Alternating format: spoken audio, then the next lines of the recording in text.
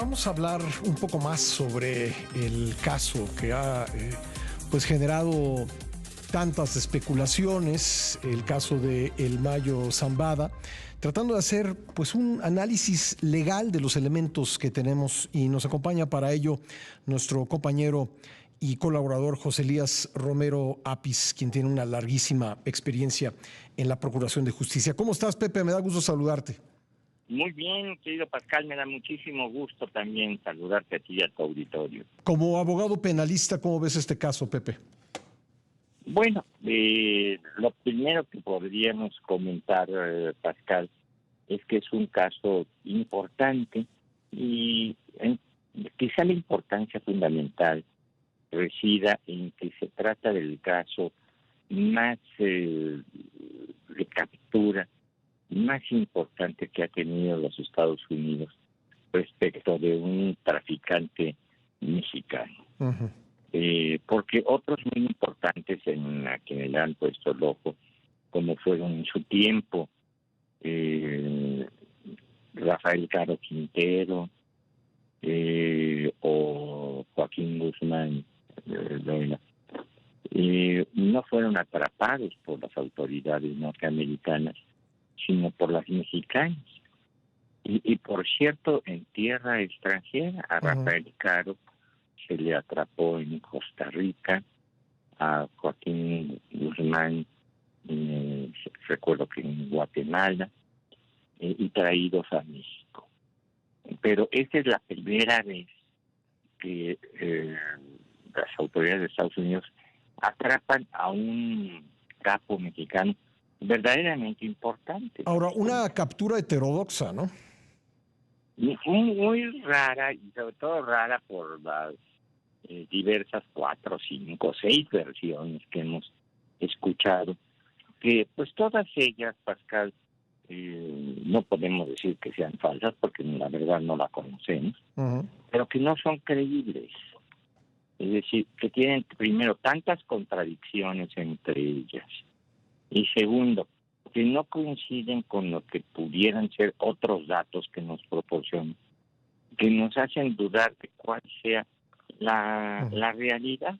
Por ejemplo, vamos a hablar de esos elementos. La carta que se conoció el sábado, divulgada por el abogado de Ismael El Mayo Zambada, yo sigo diciendo que es la presunta declaración de Ismael El Mayo Zambada, porque realmente pues no es una declaración que traiga su firma, ¿no? Es, digamos, la versión del abogado de lo que dice El Mayo Zambada. ¿Qué tan creíble te parece? Bueno, esta es una carta, desde luego no es algo que esté ratificado ante jueces, no tiene un valor jurídico para el proceso, es una carta, podríamos decir, a la opinión pública, que no tiene ningún valor en el proceso hasta este momento, pero que indica lo siguiente, que no se entregó por su voluntad, que no tuvo ningún arreglo con las autoridades norteamericanas, y que por lo tanto, si alguien está ahorita muy asustado o algo así en el mundo del Lampa, pues que pudiera no estarlo. Claro, nadie se lo puede creer, ¿no? Pero que pudiera no estarlo, puesto que fue atrapado y llevado contra su voluntad, sin que él pusiera nada de su consentimiento. Sí, que no se entregó, en pocas palabras. Así es. Esto pudiera apuntar hacia el futuro, estoy pensando como abogado, a una posible descalificación y anulación del proceso, dado que es una captura ilegal. Es cierto, no está hecha por estadounidenses, pero es ilegal, no está hecha por autoridades gubernamentales, pero es ilegal, y entonces eso pudiera llegar a afectar el proceso por algunas cláusulas de naturaleza del tratado y de naturaleza del propio proceso, de que una aprehensión ilegal da lugar a que se caiga el proceso. Lo que aquí hacemos, por ejemplo, en la primera audiencia el detenido tiene ante el juez, que califica, si lo llamamos, utilizamos esa palabra, incluso ante la opinión pública, que se califica la detención, la aprehensión. Ahora, ¿qué te parece el hecho de que el presidente López Obrador ha venido pidiendo por 18, 19 días información a los Estados Unidos y lo que llega vía el embajador y no le llega directamente a él, sino es una declaración para la opinión pública en la que Estados Unidos se deslinda de cualquier operativo para capturar en territorio mexicano a Ismael El Mayo Zambada? Pues yo diría en primer lugar, Pascal, estrictamente hablando como abogado, que las autoridades norteamericanas no tendrían por qué darnos información. No están obligados porque al parecer no se trata de un asunto de cooperación. No intervinieron autoridades mexicanas o autoridades mexicanas con estadounidenses para lograr la captura y la entrega. Y luego, bueno, pues ya te lo entregué, ahí me vas a informar. No, pues aquí no tengo por qué informarte de lo que sucede. Cuando hay un detenido extranjero, lo más que tengo que hacer es avisar o facilitar que él avise a sus autoridades consulares. ¿Y eso ya sucedió?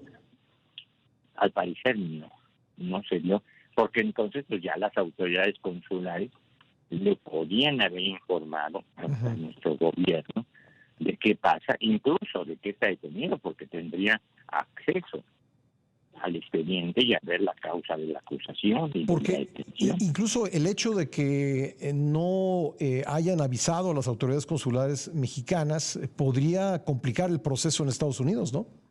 Hay una cuestión, fíjate que no necesariamente por lo siguiente, Pascal, porque la obligación existe y lo tienes que avisar, pero hay una salvedad. El inculpado, el detenido, el aprendido, pida a la autoridad, en este caso estadounidense, que no le avisen a su gobierno. Que muchas veces puede suceder, oigan, yo no quiero que mi gobierno se sepa meta, que estoy aquí, yo le tengo temor, yo soy huido, yo soy perseguido, yo no le avisen por favor a mi consulado porque además me va a hacer la mala obra. Pero siendo un tema tan público, probablemente no sea el caso, ¿no?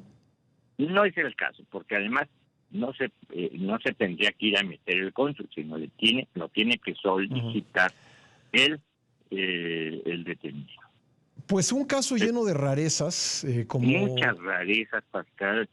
Esa carta, pues que un hombre con esa experiencia, 40 años, de vivir, no de vivir en un mundo terso y bonito, sino de vivir todos los días y todas las noches bajo la amenaza de lo que es la vida del crimen. Pues parece una ingenuidad, parece como que hubieran agarrado un niño, una abuelita. Pues sí.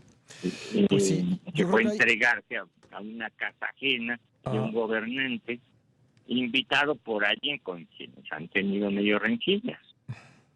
Sí, es un caso lleno de rarezas, del que sabemos muy poco, es decir, tenemos pocos elementos fehacientes, datos duros, diríamos los periodistas, y tenemos un montón de versiones y especulaciones.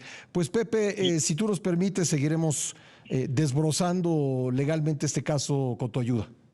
Claro que sí, Pascal, yo espero que esto se vaya aclarando y que a lo mejor algún día llegamos a saber qué fue lo que pasó. Bueno, gracias, Pepe. Que te vaya muy bien, Pascal. Gracias, José Luis Romero Apis.